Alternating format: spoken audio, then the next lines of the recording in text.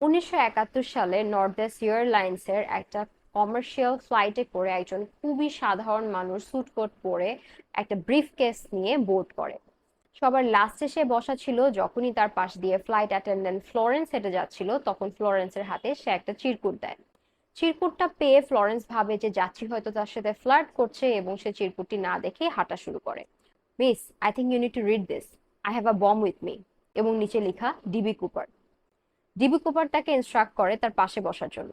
পাশে বসার পরে সে ব্রিফকেস খুলে দেখায় এবং তারপরে তার যে ডিমান্ড সেটা তাকে বলে। তার ডিমান্ড হচ্ছে 2000 কে ইউএসডি এবং 4টি প্যারাসুট।